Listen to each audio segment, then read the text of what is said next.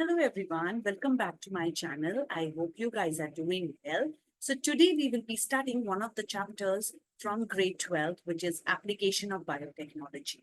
In this particular chapter, we will be checking the content from the NCERT and reading from there. And also we will do few questions from NEET. All right, so let's proceed ahead. So when we talk about applications of biotechnology, what do you understand? Where are we going to apply the concepts of biotechnology? The things which we have studied during the principles of biotechnology, like how to construct a recombinant DNA, how gene transfer takes place, and all those things. Now we have to go ahead and apply those to get few products which are useful to the mankind. Let's understand. So, biotechnology essentially deals with industrial scale production of biopharmaceuticals, medicines, and uh, treatment to various diseases, and biologically using genetically modified organisms. Genetically modified means an organism whose genes has been altered, where we have incorporated the gene of interest on those, we can use it for the production of various products. Like we have undergone genetic modifications of microbes, fungi, plants, and animals that we will be studying in the application in today's lecture. Now, apart from the applications of biotechnology, it includes therapeutics, treatments, diagnosis, how to diagnose a kind of disease, just like AIDS. And there are so many other various kinds of disease where we use different diagnostic method. Then we get genetically modified crops for agriculture. Today, we will be talking about genetically modified crops where we can develop pest-resistant plants over here. Processed foods like tofu, paneer, and so many cheese are all the products of biotechnology where we are producing it at a larger scale. Bioremediation is how we can recover the planet Earth by using biological organism. There are certain things which are harming the particular soil or the environment. We will be using over here biological organism to treat them, to bring back to their original form. So this is bioremediation basically, and you have waste treatment and energy production also happening by the application of biotechnology. So let's proceed to the next part of it and understand the same. Okay, so over here you can see that there are two pictures over here which represents about how the insulin harvesting is taking place in the fermentation tank. We have understood this in the downstream processing, how we are taking out the product from the fermenter. Okay, so this is one of the example. We will be studying how insulin can be derived from a bacteria and can be utilized for the people who are suffering from diabetes. And also in the agriculture field, how we are utilizing this concept of biotechnology to develop a pest-resistant plant. This is what we need to learn today. Okay, so let's understand what are the challenges. See, when we are understanding about biotechnological applications to get the product, there could be few challenges also.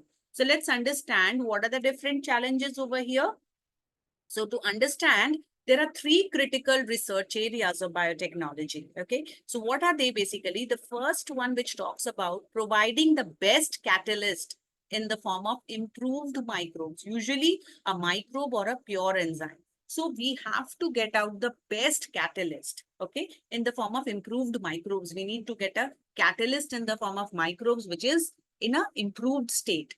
And the second critical research area is creating an optimum condition. Optimum is nothing but a condition which is required, a balanced kind of condition, you can say. We can write it as balanced condition through engineering for catalyst to act. Now, for the catalyst to act, they require a medium, they require a condition. And that condition, kind of condition required for the catalyst to act is a balanced, or you can say an optimal condition, okay, for the catalyst to act. And finally, the critical challenge is downstream processing. We have studied about downstream processing, but downstream processing technology also requires a lot of effort, and there are a lot of like clauses which needs to be followed. Okay, so what are we trying to downstream process? That is basically the proteins or the organic compound. I hope this is absolutely clear to you all. And then we will be moving on to the next part of the chapter. Okay, so these are the critical research area which you can see over here. Okay, you can see a reactor where this is nothing but your downstream processing is happening. This is a bioreactor where we are trying to uh, uh, produce the kind of biotechnological product. Okay, next. So biotechnological application in agriculture. In the agriculture process, how we are applying it. So when we talk about biotechnological application in agriculture, agrochemical based agriculture. What is agrochemical based agriculture over here? So agro means agriculture, and in the type of agriculture in which we are using chemical. So chemical based agriculture or using chemical, you can write using chemical in agriculture process. In agriculture process is basically agrochemical based agriculture. Okay, organic agriculture. What is organic? Where we are not using any kind of no chemicals used. So what kind of things we are using if no chemicals are used? Okay, so no chemicals are used over here basically, and we are using biopesticides for that, or biofertilizers can be used over here where we are using living organism, or biopesticides. You can say biofertilizers or biopesticides can be used over here. You might have heard about the rhizobium. Rhizobium plants, rhizobium bacteria generally grow in the root nodules. They grow in the root nodules, in the root nodules of which plant? Leguminous plant. We already know that. They generally grow in the root nodules of leguminous plant, and they help in N2 fixation. So don't you think it is adding nitrogen to the soil as well as no harm to the soil as well, because they are biofertilizers, or you can say they are biopesticides that can be used. Apart from that, azotobacter, okay, azotobacter, and all these are few examples of organic agriculture that can be done without using chemicals. Okay, and the last one is your genetically engineered crop based agriculture. Okay, so genetically engineered is where the genes have been altered. The genes of the organism has been altered. Organism has been altered, that we can do via biotechnology or recombinant DNA technology. So genes of the organism has been altered, and we have inserted the gene of interest. Okay, so we have inserted the gene of interest. This is very, very important to get the desired product. All right. So biotechnological application in agriculture, there are three applications, basically agrochemical based agriculture, organic agriculture, and genetically engineered crop based agriculture.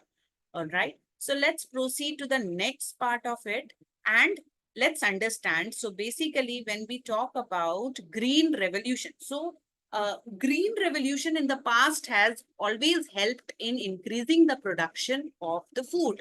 Now, green revolutions was successful in tripling the food supply, but yet it was not enough to feed the growing population. It was good enough to produce, but with the growing population, it was not fulfilling the needs of the people. So, increase yield has partly been due to, one of the reason was the increase of yield was due to improved crop. So improved crop was also one of the reason. Okay. All right. I'll just clear the screen so that you can read out as well. Okay. So just a second. Yeah. So green revolution succeeded in tripling the food supply, that was able to increase, but it was not only due to green revolution, but it was basically due to increased yield. Increased yields have partly been due to improved crop. So one of the reason was improved crop, which we have just underlined, improved crop and crop variety basically, and but mainly due to the use of better management practices. So not only it was improved crop variety, but also better management practices and the use of agrochemicals. A lot of agrochemicals were getting utilized at that point of time. So basically in green revolution, there are three things which was involved in the tripling the food supply. One was your improved crop variety. The second one was better management practices like use of irrigation, different techniques of irrigation method, and agrochemical. A lot of agrochemicals were utilized at that point of time. That means the pesticides and insecticides were utilized at a huge amount so that they are able to produce more amount of uh, the food supply to the growing population.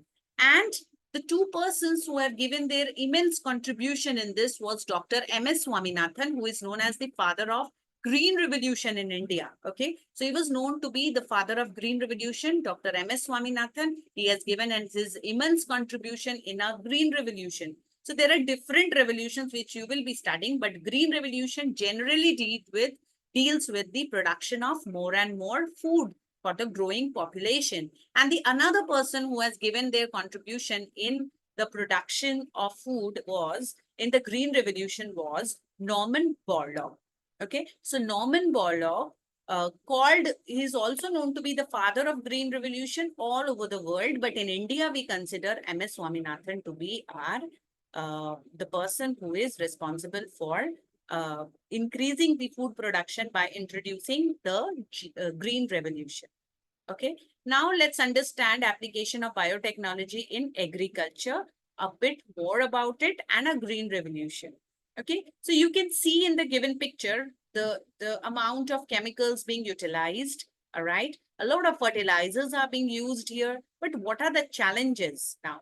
The problem over here is that we need to understand is they were using lot of chemicals now, but the point is you have to buy those chemicals, so they were quite expensive.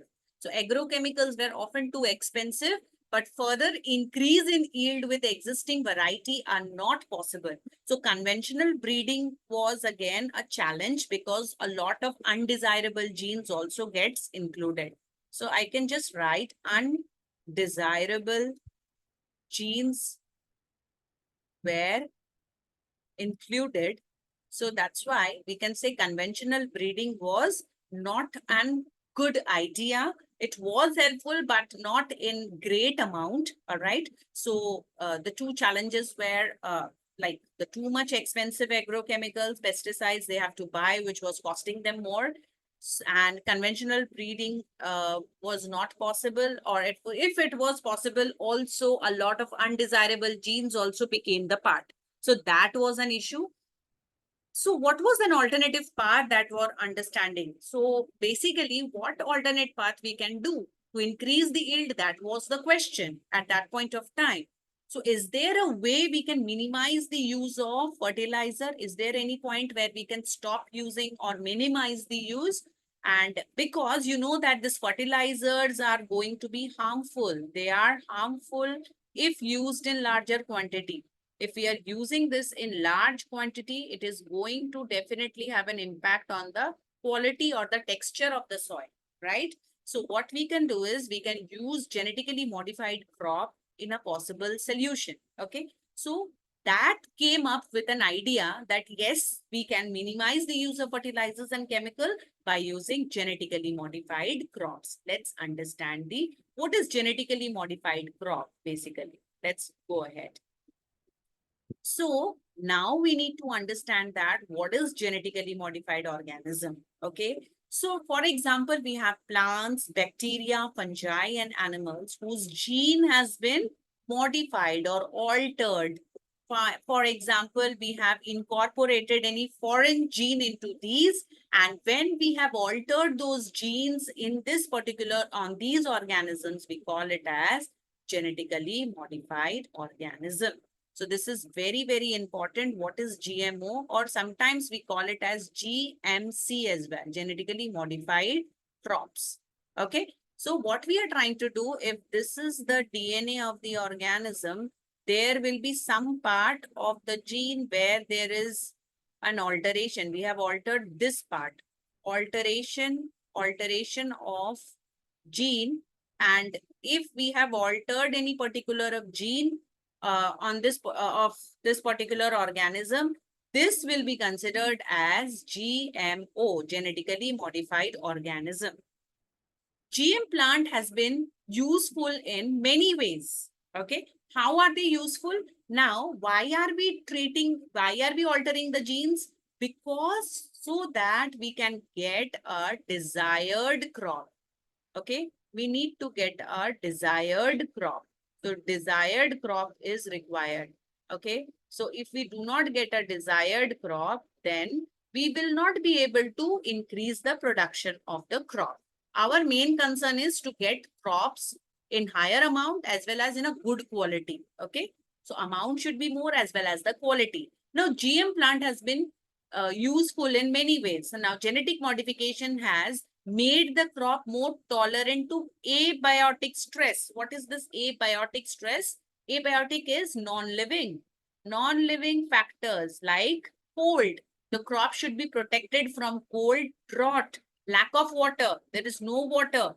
There is no rain. So drought condition has arrived. We have to protect the crop under that condition. The crop should be able to survive this cold, drought, and salt and heat. Too much of heat is also very harmful. So we have to make the crop tolerant to this. They are able to surpass these kind of conditions. The second is reduce reliance on chemical pesticides. We have to ensure that we are not dependent on chemical pests. So what we can do is we can develop a pest resistant crop.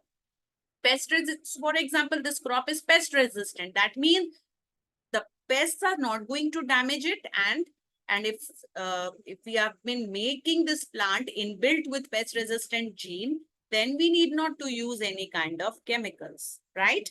And the third is help to reduce post harvest loss. Now, what is post harvest loss? Once we have the crop is mature, we will cut it and keep it inside the godowns. So we have to ensure that once the crops have matured, they are able to sustain, they are able to thrive well for a given condition for a longer time. All right. So reduce post-harvest loss, increased efficiency of mineral usage. So those crops should be able to utilize the minerals. That's very, very important. Mineral usage by the plants. We have to develop such kind of crops or plants which are able to utilize a lot of minerals. All right. And finally, the fifth point says enhanced nutritional value. So we have to build certain crops which have enhanced nutritional value. Like we will see an example of a golden rice, which is a product of biotechnology, which has high amount of vitamin A.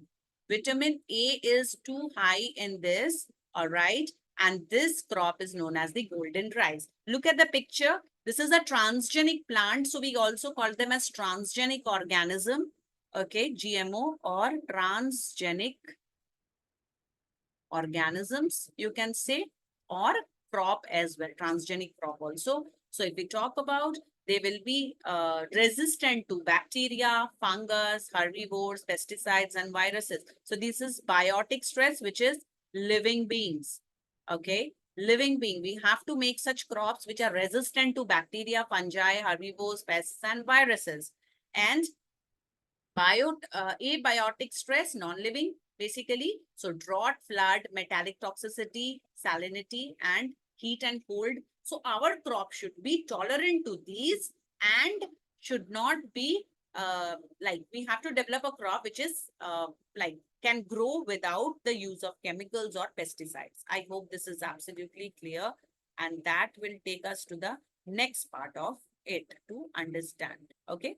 So now production of pest resistant plants. So what is the solution now? We cannot use too much of chemicals. We cannot use too much of pesticides because they are harmful. So what has the alternative come up with us is production of pest resistant plant. Now, what is a pest resistant plant? We need to understand. Pest resistant plant is we have incorporated certain genes. Okay. We have inserted gene of interest. Okay. We have incorporated gene of genes of interest in this particular cotton plant, and we have made this plant resistant to pesticides. We have made this plant resistant to pesticides. What do you mean by this now? If this particular cotton plant is resistant to pesticides, now we need not to use any kind of chemical. So can we do that? Yes, that's possible. We can do that by the application of biotechnology in agriculture. We will see how we will be able to do it by using certain kind of toxins. Okay, we will use certain mechanism, defense mechanism in eukaryotic organism, which is RNA interference. We will be dealing now. Okay. So production of a pest-resistant plant, which could decrease the amount. Yes, we can reduce the amount of pesticides. Now, there are a few examples of pest-resistant plant like BT cotton. We will understand what is BT also. Okay, BT corn and BT rice, tomato, potato, soybean, all these are with a BT attached to it. Now, we need to understand what is this in this session. All right.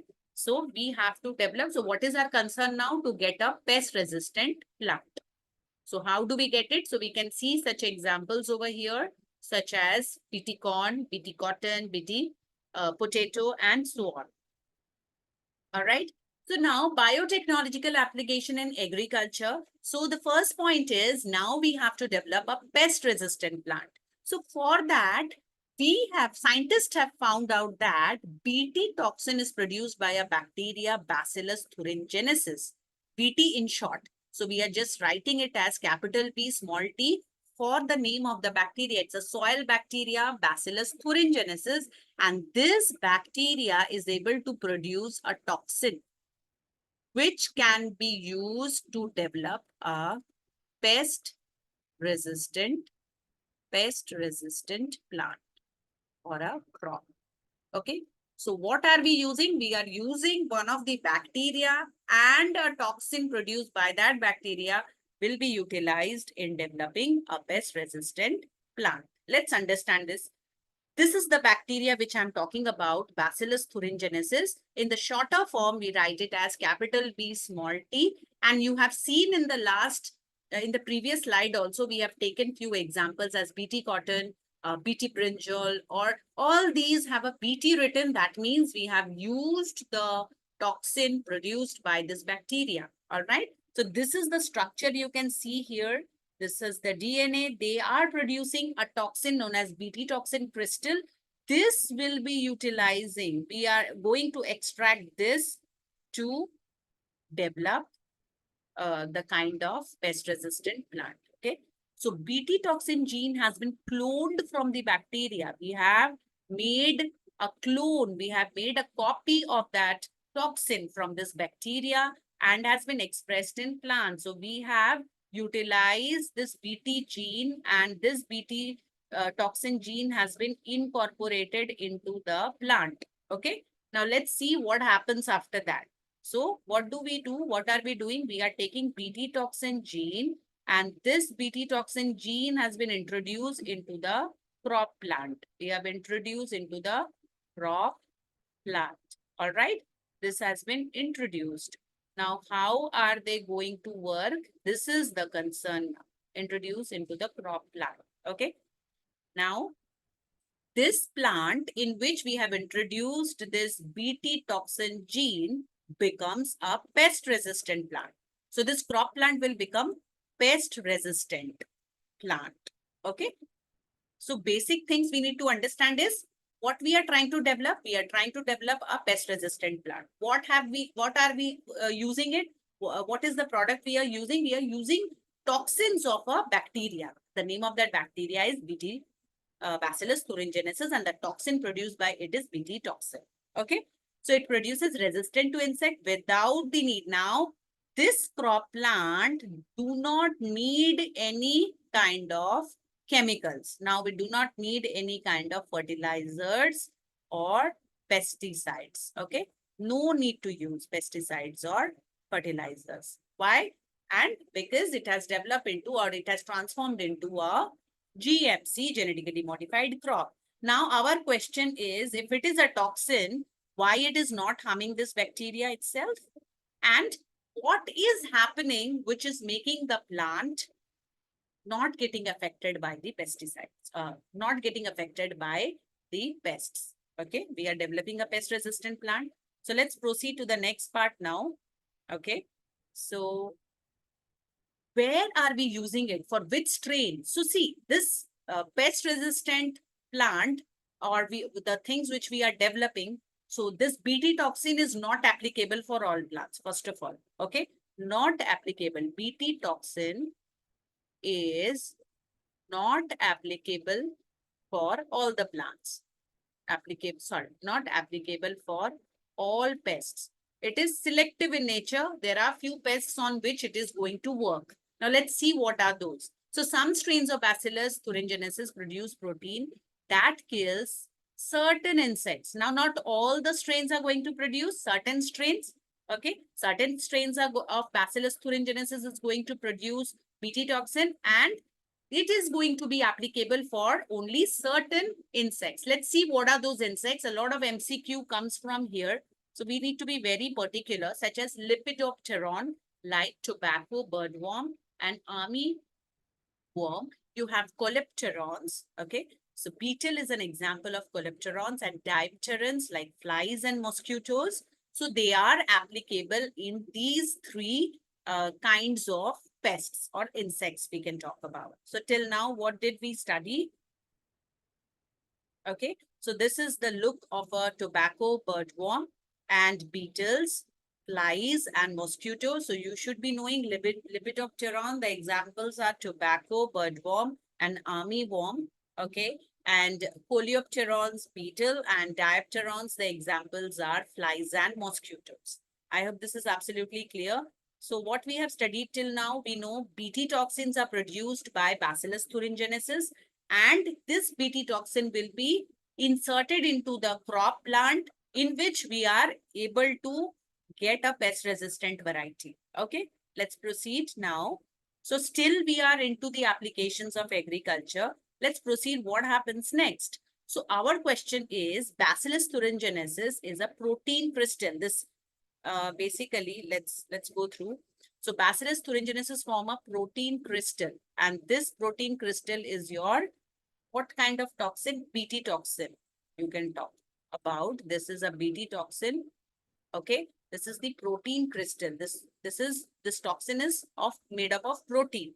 During and when it is made, during a particular phase, of growth. So when this Bacillus thuringiensis bacteria is growing, during certain phase, it is able to produce Bt toxin. These crystals contains toxic insecticidal protein. Now, what is this Bt toxin has? This Bt toxin will have this insecticidal protein. Okay, toxic insecticidal protein. This is toxic to the insects. So this Bt toxin is what? It is an insecticidal protein. All right. But the question is, why does this toxin not kill the bacillus? Why it is not killing the Bt, Bacillus thuringiensis? Why? Now we need to understand, this question is very, very important. So we need to understand why it is not harming the Bacillus thuringiensis. Now, Bt toxin proteins exist as inactive protoxin. So they are in the form of inactive. They are not going to harm the Bacillus thuringiensis bacteria. But once an insect injects this inactive toxin, now what happens is, this is not harmful for Bt toxin. Sorry, not harmful for Bacillus thuringiensis, but definitely it is harmful for the insects which injects or ingest in. Okay, so it will try, if some other insects tries to feed on this inactive protoxin, it will be getting converted into an active toxin. Okay, it gets converted into an active toxin due to the alkaline pH. This is MCQ question. Okay, alkaline pH of the gut which solubilizes the crystal. We will have a diagram for this. Let's understand first. So Bt toxin is in the proactive form. Where? In Bacillus thuringiensis. But if it is some other insects, if it is inside the some other insects, what happens? Inside inside other insects, it will convert it into an active form. Okay, it gets converted into an active form. And why it is getting converted into an active form? That is basically due to the alkaline pH of the gut. So inside the insect, you will find that within the gut, it is getting converted due to the alkaline pH. We have already studied that an optimum conditions are also required for the enzymes to act. Now they have got the favorable condition, alkaline pH, which will try to convert the inactive toxin into active toxin. So this is what we have understood. So let's understand. So just a second. So in the meanwhile, also we need to understand the activated toxin. What happens to this activated toxin? This activated toxins are going to bind to the midgut wall. Okay. So midgut epithelial walls over there, and this will lead to the formation of, this will lead to the creating of pores. Okay. So this is going to create the pores over there, and that is going to lead to the death of the insects. Now, till now we have understood due to the alkaline pH of the insects, it is getting converted into active toxin. Now, this activated toxin is going to bind to the surface midgut epithelial cells over there. So let's understand. So now what is going to happen is it is going to create a pore. So this is, for example, the midgut epithelial cell. What is this?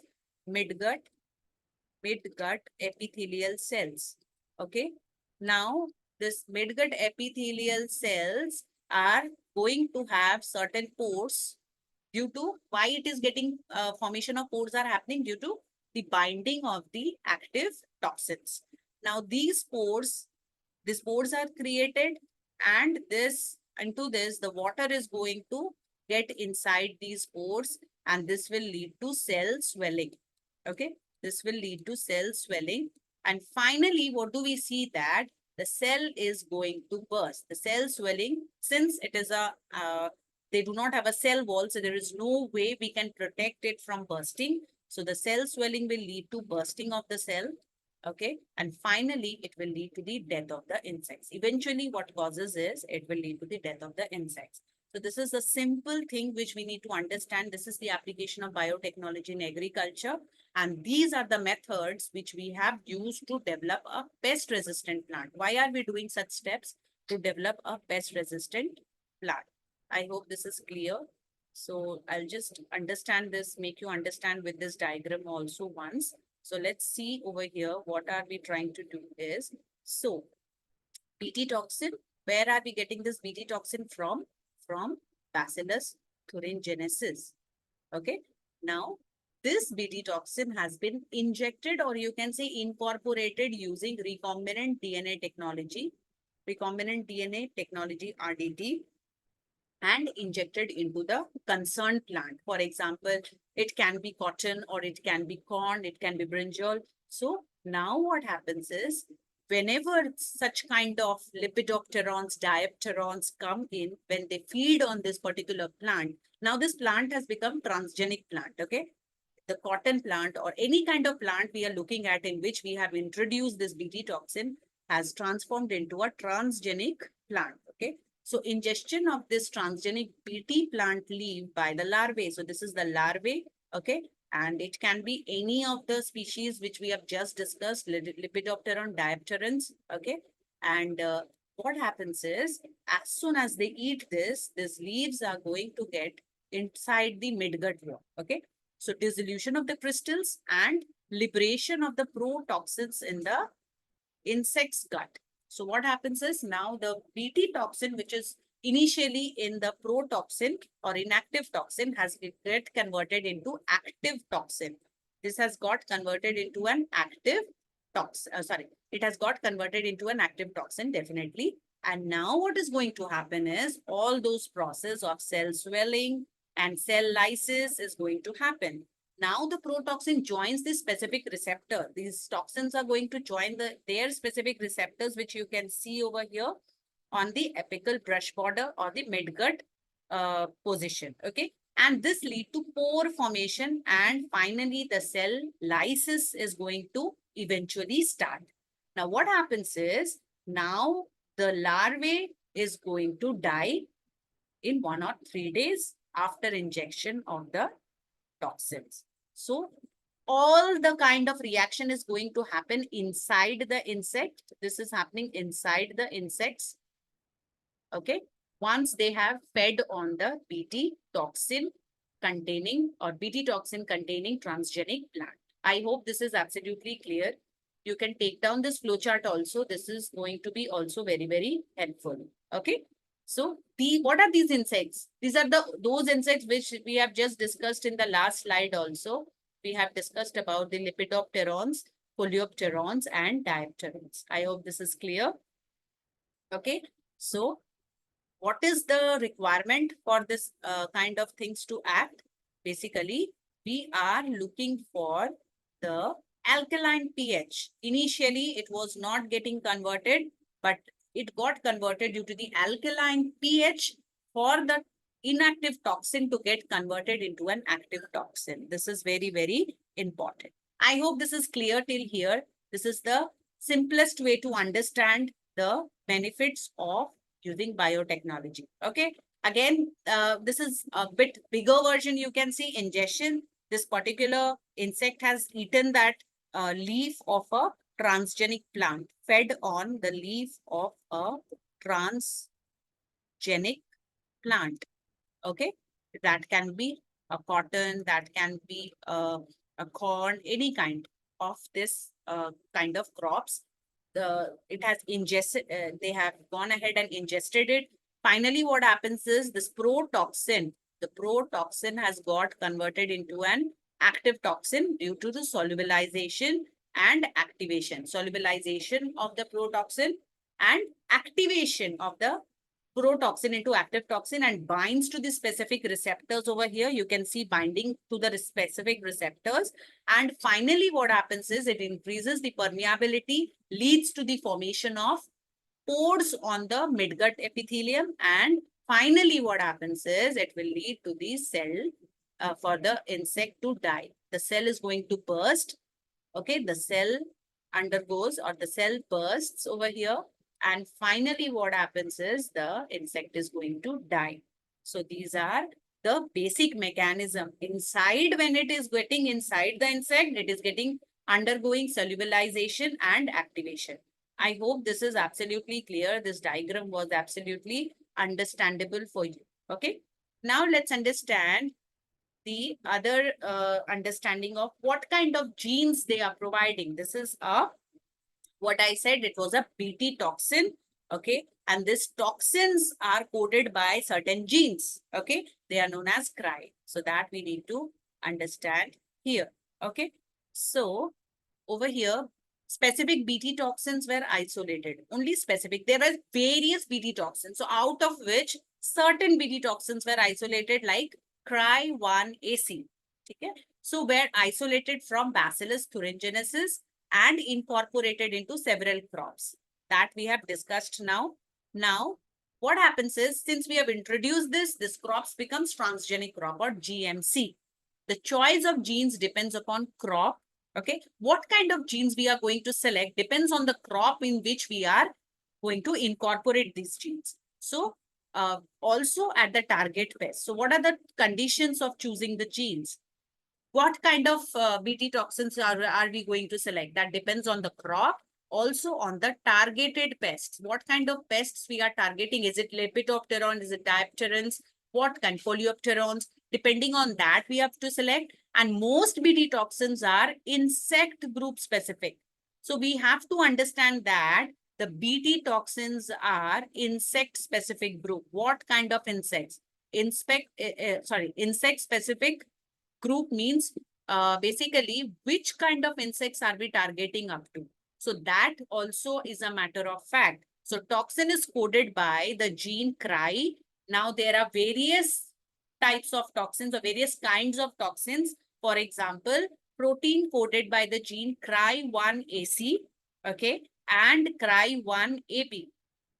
CRY1AC and CRY2AB, they are going to, these are genes basically, and we are representing the BT toxin with the CRY gene, okay, CRY gene. this has to be understood. Where do we get, what is this? This is cry gene. This is the gene we are looking for. Where are we getting from? Bt toxins, okay?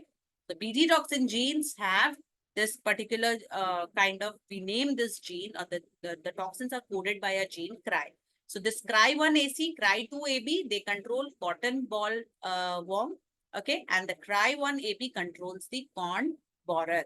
So they are very, very specific to the, so they are we are going to select the kind of cry gene based on the insect or kind of insect we are targeting to. I hope this is clear. So just remember these two examples, cry1AC and cry2AB. AC and AB, they are going to control the cotton bollwormer, and cry1AB is going to control the corn borer. Okay, let's understand the other part now. So now we have been moving into, the first part is done now by introducing Bt toxin from Bacillus thuringiensis. What is the other method now? We can develop pest-resistant plant using RNA interference. Let's understand what is RNA interference. In the short form, we can write it as RNAi. Let's understand this. So several nematode parasites, okay, there are wide varieties of nematode, okay. Ascalmenthus, basically they belong to, okay. So there are various nematode parasites which has a greater impact on animals, including humans also, okay. So I will just going to rephrase it, okay. So there are, so what is this RNA interference that we need to understand, okay? Several nematode parasites, a wide variety of plants and animals, including human beings, okay? Now, a nematode, there is a nematode. The name of that nematode is Melidogany incognitia. What is this particular nematode doing? It is infecting the roots of the tobacco plant. It infects the roots of the tobacco plant and causes a great reduction in yield. It causes tumor. Okay. A nematode, Melidogany incognitia. What is this? It is a nematode. Okay. It's a kind of worm, you can say, that infects the tobacco plant. And it was a major concern because it was hampering the yield of the crops, tobacco plant. So now for this, the scientists have developed, okay, and adopted a method which is RNA interference to ensure that we are getting a pest-resistant plant where we have to not use any kind of chemicals, but we can protect the tobacco plant, okay. So in order to protect the tobacco plant, okay, this technology was introduced. Tobacco plants needs to be protected. Needs to be protected from whom? Tobacco plants need to be protected from this nematode. Okay. This needs to be protected from this nematode. So we are using this technology, RNA interference. What do you mean by RNA interference? With the word RNA interference means RNA has to be interfered, or we have to disrupt this RNA, or you can say we have to interfere, or you can say disturb this RNA. I'm just writing it as disturbed over here. Okay, we are disturbing this RNA, disturbed the RNA in a way that this RNA is not able to make any protein. This RNA is not able to make the protein which is needed for the nematode to grow. So we have to stop this RNA from making a protein, and so that the nematode can be killed. Okay. So very, very simple. We need to understand. I'll just try to make you understand about this once again. I'll just erase everything. Just a simple thing you need to understand over here is RNA interference is basically we are preventing the RNA from producing a protein. Okay. Just write down. We are preventing the RNA. We are preventing the RNA from making a protein. From making a protein. And what is this protein for? This protein is used by the nematode for growth. Nematode for its survival. I hope this is absolutely clear. Simple language. What are we trying to do? We are preventing, we are interfering with the RNA and we are preventing the RNA from making the protein, which is used by this Melidogany incognitia for its survival. So if such protein is not produced, then this nematode is also going to die. As simple as that. Because we have to target this nematode as it is infecting the tobacco plant. So for this, what scientists have done is they have introduced a concept of RNA interference. Now we need to understand that RNA interference is present in all eukaryotic organism. You, me, and so many other eukaryotic organism has this RNA interference as a defense mechanism, cellular defense to protect themselves. To protect themselves, they have this technology within themselves. Okay. So now we have been using this technology to prevent the tobacco plant from getting severely damaged. Okay. So let's understand this. Okay. So this is a kind of thing which we are looking for. So this is how the tobacco plant is getting affected over here. Can you see how it is affected? And this is the nematode, Melidogany incognitia. Okay, incognitia it should be. So Melidogany incognitia, this is the nematode we are talking about. We have to make sure that we have to kill this nematode. We have to get rid of, our main aim is to get rid of this. We don't want this nematode. We don't want this. So we are using RNA interference, and RNA interference is basically we are preventing certain proteins which is required by this nematode to survive. We have to stop that protein from getting produced. So I hope this is absolutely clear. Let's proceed to the next part now. So let's understand the central dogma here. You have to understand this. So basically, we know that in the molecular basis of inheritance, we have studied about replication, transcription, and translation. So we already know that DNA, when it is forming another DNA, is basically replication. We have understood the topics of semi-conservative DNA replication and so on, right? From the DNA, we see that RNA is formed ribonucleic acid by the process of transcription. Okay. And finally, from the RNA, proteins are synthesized by the process known as translation. So we are concerned in RNA technology over here. So this conversion of RNA into protein by the process of translation, we have to stop this where? Inside the nematode.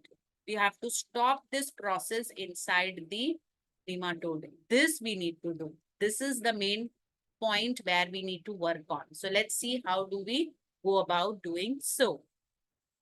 So let's understand over here. So this method involves, what are we trying to do? We have to make sure that the specific mRNA is your messenger RNA of nematode, Melidogany incognitia. Okay. We have to silence the mRNA of the nematode due to complementary double-stranded RNA. Okay. So we have to make sure that this specific mRNA is silenced. And how are we silencing it? By using a complementary double-stranded RNA. Okay. RNA molecule that binds to and prevent the translation of the mRNA. So we have to silence this. And to silence this mRNA, what do we need? Complementary double-stranded RNA. Okay, that complementary double-stranded RNA that is going to bind with this specific mRNA to prevent this mRNA from producing the protein. And this will lead to, and this binding lead to prevention of the translation in the mRNA. And the source of this basically will lead to, so the RNA could be from an infected. So where are we getting this RNA from? Where are we getting this double-stranded RNA? So we know from the nematode, we are getting specific mRNA, but how are we getting this complementary double-stranded RNA? This complementary double-stranded RNA can be from a retrovirus. Okay. This can be from a what are the sources of this double-stranded RNA? Where are we getting from? So retrovirus could be, and transpoons, which is also known as jumping genes. Okay. These can also be one of the factors from where we can get this double-stranded RNA. We have to make it quite, if, for example, a teacher wants to make his or her class in a disciplined way. She will use something, she will use a stick, or she might use some other way to keep them quiet. So over here also take it in that way that we have to silence this mRNA using double-stranded complementary RNA. And where are we getting this from? From transpoons, okay? Or we can use an RNA genome. These are jumping genes also, or mobile genetic element. You can talk about as jumping genes, okay? All right. So next we will move on to what are we doing it? So let's understand with this diagram here. So we have got the mRNA from the nematode, and this double-stranded RNA, we are getting it from the sources retrovirus, okay, in which RNA is the genome over here. In retrovirus, RNA is the genome, okay. We are looking for this, all right. So double-stranded RNA, all right, and this is going to form, and or you can say shRNA as well. So now what happens is this double-stranded RNA, with the help of a dicer or a protein complex, it is going to form siRNA complex. This is going to form siRNA complex. Now what happens is, now this siRNA, what is this siRNA? Small interfering RNA. Okay. This siRNA is going to form, and this siRNA is going to form a complex which is known as RISC. What is RISC? Basically, you can see over here, RNA-induced silencing complex. What is this? RNA-induced silencing complex. This complex is going to make sure that we are not able to make sure that the specific mRNA in the nematode is not able to express the protein. Okay. So formation. So what happens is, we have got double-stranded RNA. And this double-stranded RNA is going to form siRNA complex, which is nothing but your small interfering RNA with the help of dicer. And with this, they are going to form a complex known as RISC. Okay. And RISC is RNA-induced silencing complex. Finally, what do we see over here is siRNA or mRNA complex is formed over here, which is RISC along with the RISC. So siRNA along with your RISC is going to form a complex that will lead to sliced mRNA. So again, there are two strands. One is your, there are two strands over here, which we need to know is the silenced, which will be involved in this. So the silenced mRNA is formed, which has been broken into small pieces. Now this is the silenced mRNA, and this is going to bind with the nematode specific mRNA. It is going to bind with nematode specific mRNA of the nematode. Okay. And now this nematode won't be able to express the protein which is required for the nematode to grow. So double-stranded RNA, okay, snRNA, which is also the snRNA, it is going to form a complex siRNA duplex, which is nothing but the dicer. Okay. So only one strand will be there. Okay. Sense and nonsense. There are two strands over here. One is the sense and the other one is the antisense. The antisense gets removed. Only the sense part would be there. So now only one strand will be there, which is also broken into small pieces. They are sliced into small pieces. Now this is going to bind with the mRNA of the nematode and preventing the mRNA of the nematode to produce protein. Okay. So dicer, what is the function of dicer? It plays primary role in processing the double-stranded RNA molecule into siRNA. So dicer is involved in conversion of this double-stranded RNA into siRNA. It helps in conversion. I hope this is clear. So we know that nematode mRNA needs to be silenced. For that, we are using double-stranded RNA. Where are we getting this double-stranded RNA from? From the retrovirus or the RNA genome. I hope this is clear. Let's rephrase again. So now the question is, how are we introducing this into this particular organism? So how are we introducing this double-stranded RNA? How are we going to introduce this double-stranded RNA? In which way we are introducing it? So basically now we will use a vector. Nematode specific gene were introduced. Now Host plant is our tobacco plant, right? We have to protect the tobacco plant. So over here, you know that the host plant is your tobacco plant. We have to protect this tobacco plant. So we are introducing this nematode specific gene into this host plant. Okay. Using this vector known as Agrobacterium tumefaciens, which is a plant-based vector. We have studied this in the previous chapter of biotechnology principles and processes. So it's a plant-based vector. Okay. Now what needs to be done over here is this we have introduced, and we know that in the Agrobacterium tumefaciens, you have the TI plasmid, okay? And TI plasmid will have the tDNA, all right? The tDNA is the transfer DNA, which is going to carry the gene of interest, nematode specific gene. This will have the nematode specific gene inside it. Nematode specific gene will be there inside this tDNA, which will help in introducing it into the plant. Now, the introduction of the DNA is such that it produces both sense and antisense RNA. Okay, let's see a diagram for that so that it becomes more clear. Okay, so sense and the antisense strand, they are double-stranded. We know that RNA is single-stranded mostly, but double-stranded RNA will include one to be sense and the other one is antisense RNA, okay, in the host. This is happening inside the tobacco plant. This is happening inside the tobacco plant, okay? Inside the tobacco plant, that needs to be understood. We are using the vector Agrobacterium tumefaciens. Now, what happens is these two RNA being complementary to each other forms a double-stranded RNA since they are complementary and initiates. This double-stranded RNA is going to start the process of RNA interference and silencing. What is our main aim? We have to silence the specific mRNA in the nematode. This is another process happening, and the other side, we have already isolated the gene of interest from the nematode. Okay. Now, consequence was that the parasite could not survive in the transgenic host.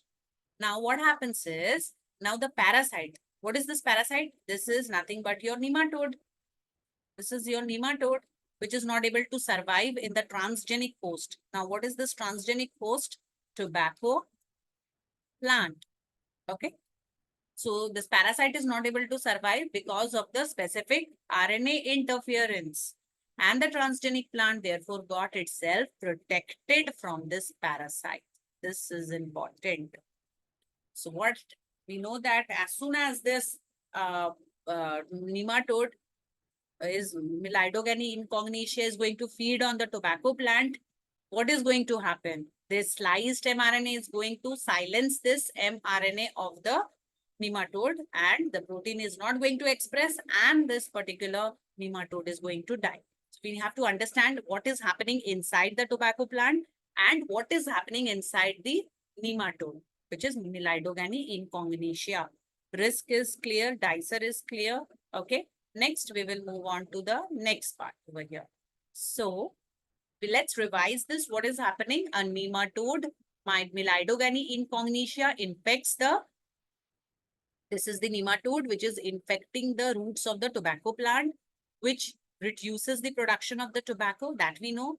Infection can be prevented using, this infection can be prevented using RNA interference process, which is checked by, how can we use this? By silencing the mRNA due to complementary double-stranded RNA. This is what we need to go ahead and do.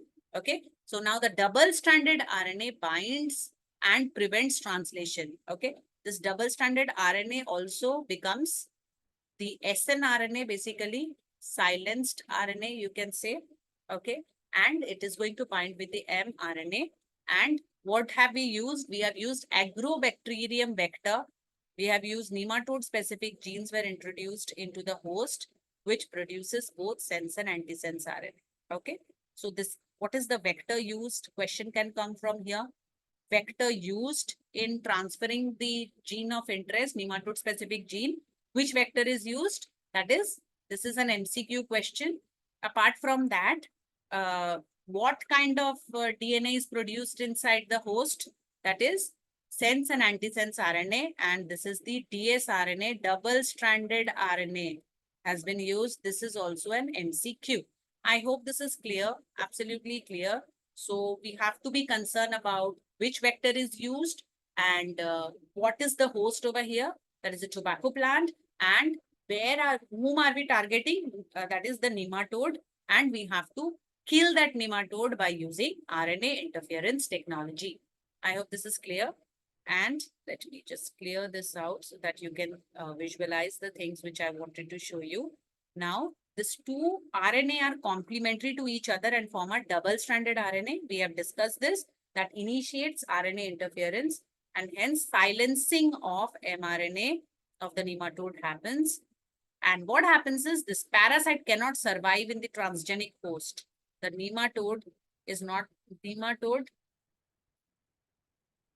not grow, or you can say it is not able to survive and prevent the plant from the pests. Now, you need not to use any kind of pest for the tobacco plant, and the tobacco plant is saved. Okay, next. Now, let's understand with the flow chart. And this is the flow chart we are looking for. The source of retrovirus. The source of retrovirus. So, what is the source? Retrovirus RNA, from where we are getting a cDNA. Okay. Then this DNA gets converted into RNA, double-stranded RNA, okay, by reverse transcriptase and inserted into the genome, which is TI plasmid, okay, by using TI plasmid of Agrobacterium tumefacial. Then this delivers, the tDNA delivers this kind of gene of interest into the tobacco plant, which leads to the formation of DNA. And finally, from the DNA, RNA is formed, which is having sense RNA and antisense RNA. And finally, with the help of RISC and other dicer, we are able to convert it, form a complex called RISC. Only antisense RNA is left, which binds with the mRNA. This is also your, in a shorter version, you can just take down this flowchart also. All right. Next, we have a quiz time. Let's do some quiz over here. So RNA interference is a mechanism to silence gene with the help of, this is a neat question. RNA interference is a mechanism, we are silencing the gene with the help of which particular RNA or DNA? The answer would be double-stranded RNA. Just now we did sense and antisense RNA, right? Next question. To protect tobacco plant against Melidogany incognita, using RNAi technology, nematode-specific gene were introduced into the plant using what vectors have been used? Nematode-specific gene were introduced into the tobacco plant using which particular vector, you can say? The correct answer is Agrobacterium.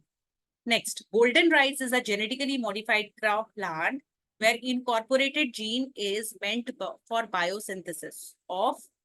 So we are incorporating the gene of interest in the rice, and we have transformed into a golden rice for getting what kind of incorporation we are doing? Vitamin A. Okay. So in BT cotton, next question is the BT toxin present in the plant tissue as protoxin is converted into active toxins due to what condition is required for conversion of protoxin into active toxin? Very easy answer, alkaline pH of the insect gut. Okay. Golden rice is genetically modified crop plant where the incorporated gene is meant for the biosynthesis of vitamin A. We have done this. Okay. So with this, we are ending the session. I hope you have understood the topic. Thank you.